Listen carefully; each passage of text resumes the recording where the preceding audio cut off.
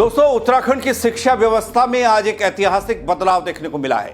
राज्य में चल रहे मदरसों में मिली गड़बड़ियां और अवैध गतिविधियों के बाद प्रदेश के मुख्यमंत्री पुष्कर सिंह धामी ने एक बड़ा कदम उठाया है, बड़ा फैसला लिया है। अब मदरसा बोर्ड का अंत कर दिया गया है और सभी अल्पसंख्यक शिक्षण संस्थानों को उत्तराखंड राज्य अल्पसंख्यक शिक्षा प्राधिकरण के अधीन लाया गया है। यह फैसला सिर्फ कानून और नियमों की बात नहीं, बल्कि आपके बच्चों के उज्जवल भविष्य और शिक्षा में सम्मान और समान अवसर सुनिश्चित करने की दिशा में एक महत्वपूर्ण कदम बताया जा रहा है। पूरी खबर इस रिपोर्ट के जरिए बता रहा हूं, गौर करिएगा। नमस्कार, पहला मैं पंकज रौतेला, आप देख रहे हैं उत्तराखंड न्यूज।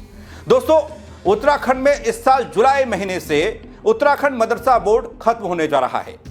बीजेपी सरकार ने ट्रिपल तलाक कानून, समान नागरिक संहिता कानून को लागू करने के बाद मदरसा बोर्ड खत्म करने का फैसला लिया। एक और साहसिक प्रयोग देवभूमि में हुआ, देवभूमि उत्तराखंड में किया गया। गौर करने वाली बात तो यह है दोस्तों, प्रदेश के मुख्यमंत्री पुष्कर सिंह धामी सरकार ने राज्य में मदरसा शिक्षा व्यवस्था को खत्म करने के लिए मदरसा बोर्ड को ही समाप्त करते हुए आगामी शिक्षा सत्र से सभी अल्पसंख्यक शिक्षण संस्थानों को उत्तराखंड राज्य अल्पसंख्यक शिक्षा प्राधिकरण के छतरी के नीचे इकट्ठा कर दिया है। दोस्तों, अब तक जो मदरसे चल रहे थे या अल्पसंख्यक शिक्षण संस्थान चल रहे थे, उनका अस्तित्व समाप्त हो जाएगा और उन्हें आगे से प्राधिकरण द्वारा निर्धारित पाठ्यक्रम ही पढ़ना होगा।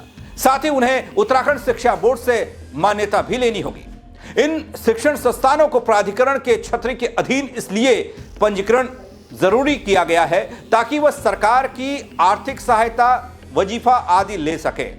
अब आगे से मदरसा नाम की संस्थाएं राज्य में नहीं चल पाएंगी। मौजूदा मदरसा बोर्ड के अध्यक्ष इस मामले में क्या कहते हैं, सबसे पहले मैं आपको वो दिखा रहा हूं, शम्म कासमी साहब। मुख्यमंत्री श्री पुष्कर सिंह धामी जी को बधाई और आभार व्यक्त करता हूं कि उन्होंने आज अल्पसंख्यक शैक्षिक प्राधिकरण का ऐलान किया और तमाम जो चेयरमैन और उसके मेंबर्स हैं उन्हें भी मैं दिल की गहराइयों से मुबारकबाद पेश करता हूं और आशा करता हूं कि सरकार ने जो ये कदम उठाया है, इससे तमाम अल्पसंख्यक समाज के जो बच्चे हैं उन्हें गुणवत्तापूर्ण एजुकेशन मिलेगी और मदरसों में पढ़ने वाले बच्चों का भी फ्यूचर अच्छा होगा।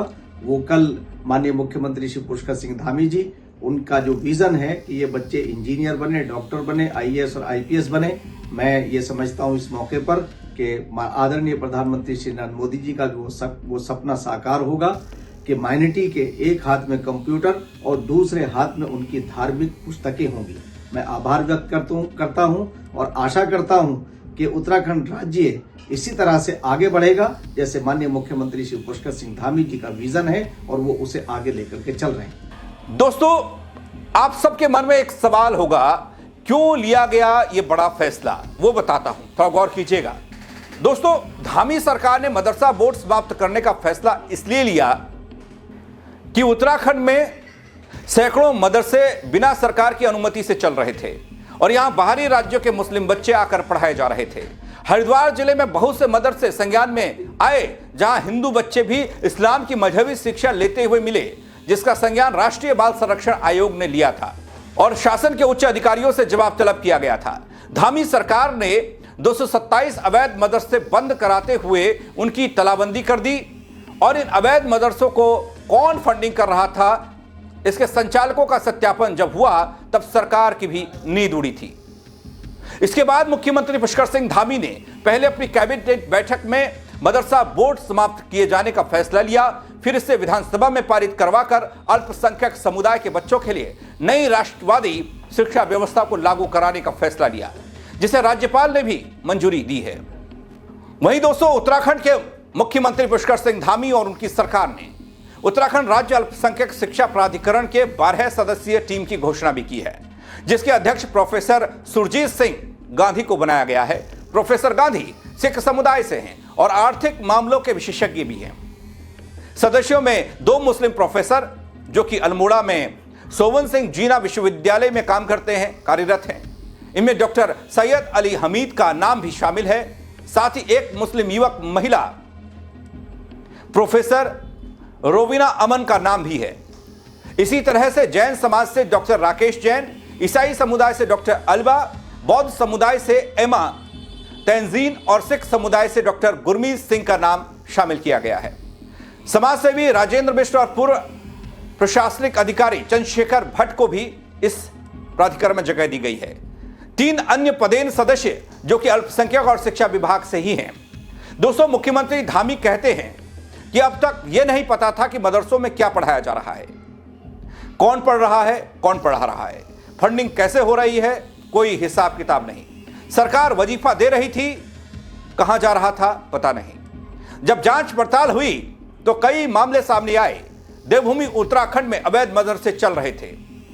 दोस्तों, सरकार ने उसी दौरान यह फैसला लिया था कि मदरसे बंद होंगे, कोई मजहबी शिक्षा, कोई कबीलाई शिक्षा नहीं दी जाएगी।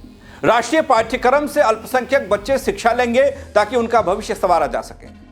अब तक अल्पसंख्यक परिभाषा में केवल मुस्लिम समुदाय को ही सरकारी सुविधाएं मिलती थी।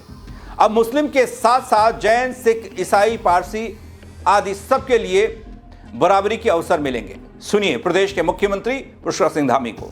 के साथ अल्पसंख्यक शिक्षा में सुधार का विधेयक हमने अगस्त माह 2025 में विधानसभा में प्रस्तुत किया था। वो पारित होने के बाद उसके पीछे हेतु था कि सभी को एक समान शिक्षा मिले, सबको शिक्षा का अधिकार मिले। और जो पहले से मदरसा बोर्ड था उसमें चूँकि जो राज्य का हमारा शिक्षा बोर्ड था, उस शिक्षा बोर्ड के द्वारा जो निर्धारित पाठ्यक्रम था वो पाठ्यक्रम नहीं पढ़ाया जाता था। बच्चों को आधुनिक शिक्षा से जोड़ना है, सबको शिक्षा का अधिकार देना है। आदरणीय प्रधानमंत्री जी के नेतृत्व में हर बच्चे को शिक्षा मिले, वो भविष्य में राष्ट्र के काम आए, देश के काम आए, समाज के काम आए, उस दिशा में उसको आधुनिक शिक्षा मिलनी चाहिए। न कि बहुत पुरानी कट्टरवादी मानसिकता की शिक्षा, कबीलाई मानसिकता की शिक्षा, 500 वर्ष पुरानी जो ऐसी शिक्षा है जिससे उनका भविष्य का निर्माण नहीं हो सकता है, तो उनको समाप्त किया है। मदरसा बोर्ड समाप्त करने का निर्णय लिया है 1 जुलाई 2026 के बाद। और इसमें अन्य जो अल्पसंख्यक वर्ग में अन्य लोग भी आते हैं, चाहे सिख हों, जैन हों, बौद्ध हों, पारसी हों, ईसाई हों, बौद्ध हों, उन सभी को भी इसके अंतर्गत लाया है। हमारा इसके पीछे ध्येय है कि अब एकीकृत शिक्षा हो जाए, एक जगह पर सब लोग आ जाएं और सभी को इसका लाभ मिलना चाहिए। तो उस उद्देश्य से और देवभूमि में शिक्षा के मंदिर स्थापित होने चाहिए जो संस्कार दें, बच्चों को गुणवान बनाएं, बच्चों को भविष्य के लिए तैयार करें। देश और राष्ट्र में, दुनिया में जो है हमारे बच्चे जाएं, सभी को आगे बढ़ने का अवसर मिले, अच्छी शिक्षा मिले। सर, यूएस ट्रेड डील का असर दिख रहा है 18।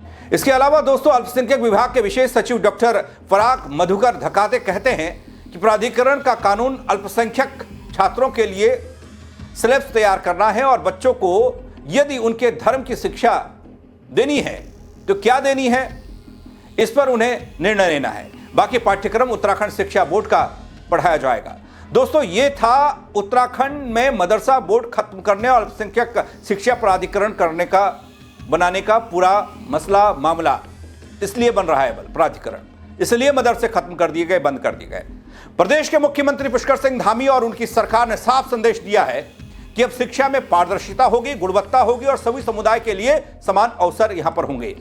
अगले शिक्षा सत्र से राज्य के सभी अल्पसंख्यक संस्थान प्राधिकरण के अधीन काम करेंगे, राष्ट्रीय पाठ्यक्रम अपनाएंगे और सरकार की आर्थिक मदद, वजीफा पाने के लिए पंजीकरण अनिवार्य होगा। यह सिर्फ मदरसों का बदलाव नहीं बल्कि उत्तराखंड में शिक्षा के नए युग की शुरुआत भी बताई जा रही है, जो हर बच्चे के उज्जवल भविष्य और समाज में बराबरी के अवसर को सुनिश्चित करेगी।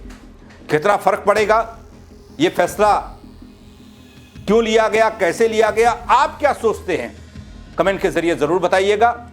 मेरे साथ जुड़ने के लिए आप सबका बहुत शुक्रिया। आप खबर को शेयर करिएगा। जय उत्तराखंड गरीब।